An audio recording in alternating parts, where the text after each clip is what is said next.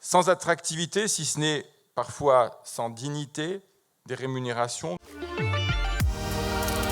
Pour signer cet accord de méthode, parce que nous l'attendons, pour appuyer sur le bouton et revaloriser les rémunérations.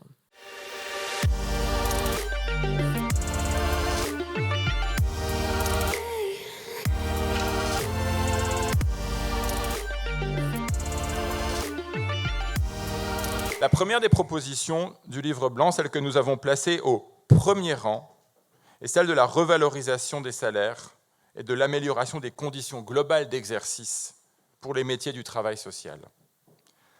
Sans attractivité, si ce n'est parfois sans dignité des rémunérations, nous ne réussirons pas le défi de remettre à un niveau tenable notre capacité à répondre à la demande sociale existante. Ce chantier de la revalorisation doit être systémique. C'est pourquoi ce groupe de travail a élaboré des préconisations qui n'auront de sens que si le préalable d'une revalorisation salariale est vraiment mis à l'œuvre. On l'a dit, aller au bout du chantier de la revalorisation salariale. Et on l'a vu, aller au bout de ce chantier-là, c'est aussi agir sur les conditions d'égalité hommes-femmes.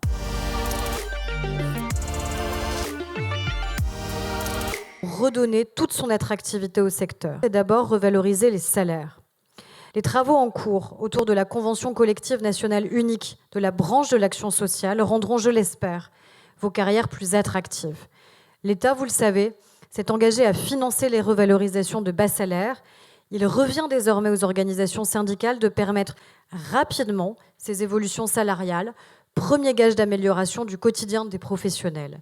Et j'espère sincèrement qu'elles reviendront et vite autour de la table pour signer cet accord de méthode, parce que nous l'attendons pour appuyer sur le bouton et revaloriser les rémunérations. Nous devons impérativement nous appuyer sur le projet de convention collective unifiée de la branche de l'action sanitaire et sociale et sur les chantiers de la conférence sociale du 16 octobre pour soutenir à la fois la refonte et la revalorisation des grilles salariales ainsi que des classifications.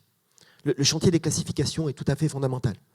C'est un des chantiers les plus difficiles en matière de dialogue social, mais c'est celui qui permet de donner un espoir, une perspective de progression de carrière à des hommes et des femmes qui intègrent des métiers dont aujourd'hui les grilles de rémunération sont relativement plates, pour ne pas dire totalement plates.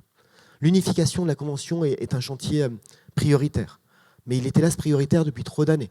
Et comme Aurore l'a dit il y a un instant, je souhaite moi aussi que l'ensemble des partenaires sociaux puissent se retrouver et enfin acter un protocole d'accord, un accord de méthode et un protocole d'accord. Nous en sommes à plusieurs tentatives qui ont toutes été frappées d'une opposition majoritaire, pour reprendre le terme consacré à la Direction générale du travail, mais autant de tentatives qui sont finalement comme des échecs. Et désormais, si nous voulons avancer sur ce champ de la revalorisation, de la refonte des grilles, la balle est dans le camp des partenaires sociaux, puisque l'État s'est engagé à financer les revalorisations d'un certain nombre de ces métiers concernés, notamment les métiers réglementés, comme la ministre des Solidarités l'a dit il y a un instant.